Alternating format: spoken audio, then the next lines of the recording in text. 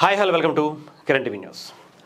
జనసేన పార్టీకి సంబంధించి రీసెంట్గా మనకు తెలుసు 175 నియోజకవర్గాలకి సంబంధించి ఇన్ఛార్జీల ప్రకటన కూడా ఉండబోతుంది. దానికి సంబంధించి డీలిమిటేషన్తో పాటు అంటే వార్డుల వారీగా డీలిమిటేషన్ ఎలాగైతే జరుగుతుందో దానికి సంబంధించి ఒక కమిటీని కూడా ఏర్పాటు చేసి దాంట్లో కొంతమందికి బాధ్యతలు కూడా అప్పచెప్పారు. ముఖ్యంగా రాయలసీమ, ప్రకాశం, అటు నెల్లూరుకి సంబంధించి బాలినేని గారు లాంటి వ్యక్తులకి, ఇంకొంతమంది అరణి శ్రీనివాసులు గారికి, అలాగే కొంతమందికి అప్పచెప్పడం జరిగింది. అలాగే ఉత్తరాంధ్ర, అటు తూర్పుగోదావరి, పశ్చిమ గోదావరికి సంబంధించి ఇలా ఒక్కొక్కరికి ఒక్కొక్క బాధ్యతను అప్పచెప్పారు. అయితే జనసేన పార్టీకి సంబంధించినటువంటి నాయకులు, ఏది నియోజకవర్గ ఇన్ఛార్జ్ స్థాయి నాయకులు, వీళ్ళ పని పాట ఏమీ లేక ఎంతసేపు నాకు ఆ కుర్చీ వేయలేదు, నన్ను స్టేజ్ మీదకి పిలవలేదు, నా ఫోటో వేయలేదు, దీని మీదే ఆగిపోతారు. వీళ్ళ పార్టీకి ఏమన్నా చేసింది ఊడబడిసింది ఉందా అంటే ఏమీ ఉండదు. కాకపోతే మా నాయకుడిని పిలవాలా అని చెప్పి వాళ్ళ అనుచరులను పంపించడం, లేదా మా నాయకుడిని స్టేజ్ మీదకి పిలవాలా, లేదంటే మా ఆపోజిట్ నాయకుడిని స్టేజ్ మీదకి పిలవద్దు, ఈ గొడవ, ఈ లొల్లి ఎక్కువైంది. వీళ్ళు గతంలో కూడా నియోజకవర్గాల వారీగా ముఖ్యంగా నెల్లూరు జిల్లాకి సంబంధించి మనం కొన్ని వీడియోలు చేసాం.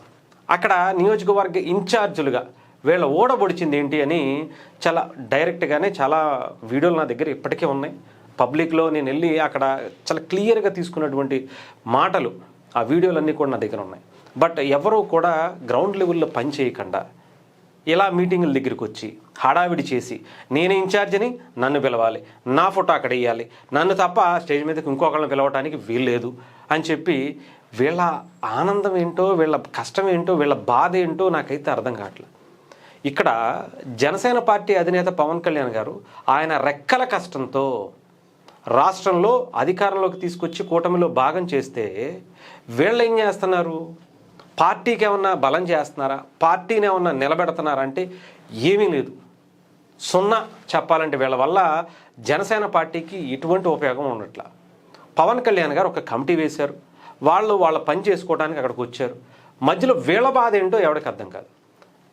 అంటే వీళ్ళని ఎదిరించడం వాళ్ళ అక్కడ ఉన్నటువంటి బాలినేని గారు లాంటి వ్యక్తులను ఇక్కడ మీరు చూడొచ్చు, ఒకసారి క్లియర్గా మీకు చూపిస్తాను చూడండి.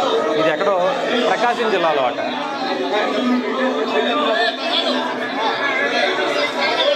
ఇలా మా నాయకుడిని పిలవలేదు, మా నాయకుడిని పిలవలేదు, మా నాయకుడిని స్టేజ్ మీద పిలవాలి, మా నాయకుడిని మాత్రమే పక్కన కూర్చోబెట్టుకోవాలి, ఇంకొకళ్ళని పిలవడానికి వీలు లేదు. మీకేంటయ్యా?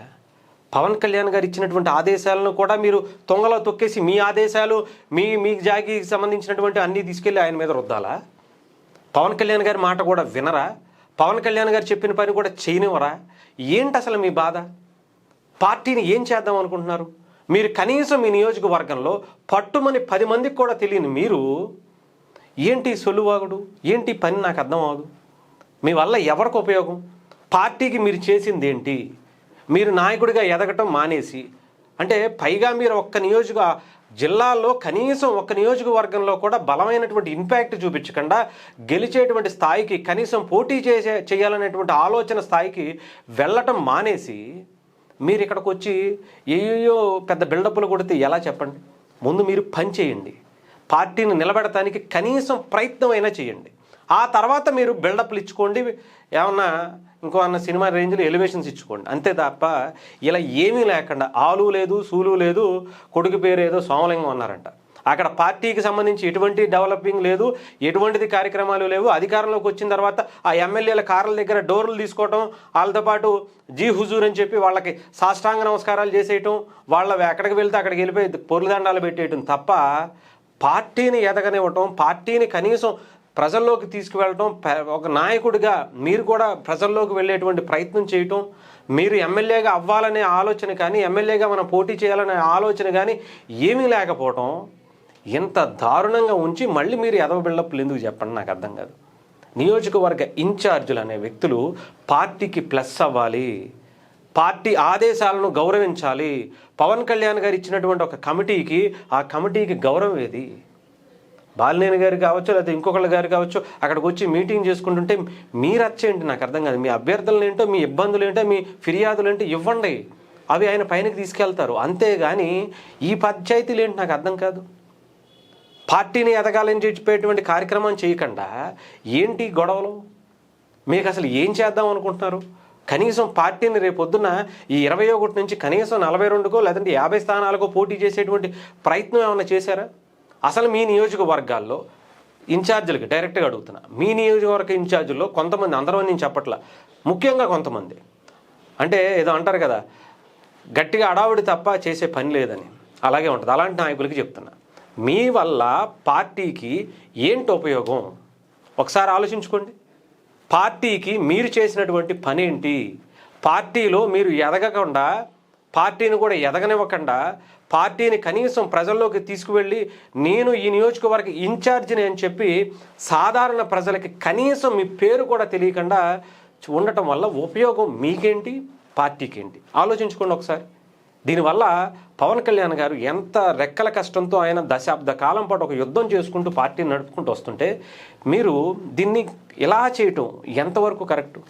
మీ స్వార్థ ప్రయోజనాల కోసం, మీకు అక్కడ వచ్చేటువంటి చిన్న చిన్న వాటి కోసం తృప్తి పడిపోయి మేము ఇంతే, మేము ఇలాగే ఉంటాం, మాకు ఎమ్మెల్యేగా పోటీ చేసేటువంటి అర్హత కానీ అవకాశం కానీ మేము తీసుకోము, పార్టీకి కూడా ఇవ్వం, మేము చెయ్యము, ఎదటోడు ఎవడన్నా చేస్తే ఒప్పుకోము.